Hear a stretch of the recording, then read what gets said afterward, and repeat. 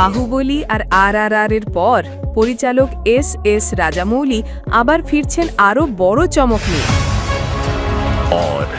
এবারে তিনি তৈরি করছেন ভারতের ইতিহাসের অন্যতম বড় বাজেটের সিনেমা SSMB 29।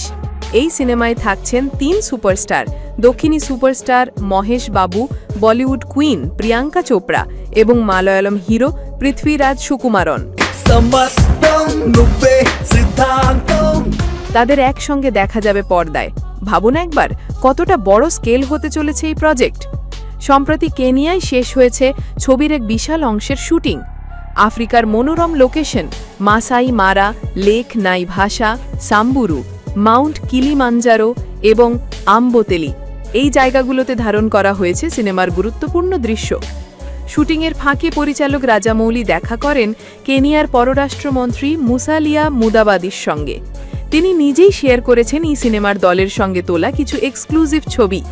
আর জানেন কি, এই ছবির বাজেট প্রায় $135 মিলিয়ন, যা ভারতীয় মুদ্রায় প্রায় 1188 কোটি টাকা। এটা এশিয়ার ইতিহাসের অন্যতম ব্যয়বহুল সিনেমা হতে চলেছে। ছবিটি মুক্তি পাবে 120টি দেশে। সত্যি এক আন্তর্জাতিক মেগা প্রজেক্ট। শোনা যাচ্ছে এই সিনেমা 2টি পর্বে মুক্তি পাবে। যদিও নির্মাতারা এখনও কোনো আনুষ্ঠানিক ঘোষণা দেননি, তবে গুঞ্জন তুঙ্গে। প্রিয়াঙ্কা চোপড়া ও মহেশ বাবুকে একসঙ্গে পর্দায় দেখার জন্য দর্শকরা এখন থেকেই দিন গুনছেন।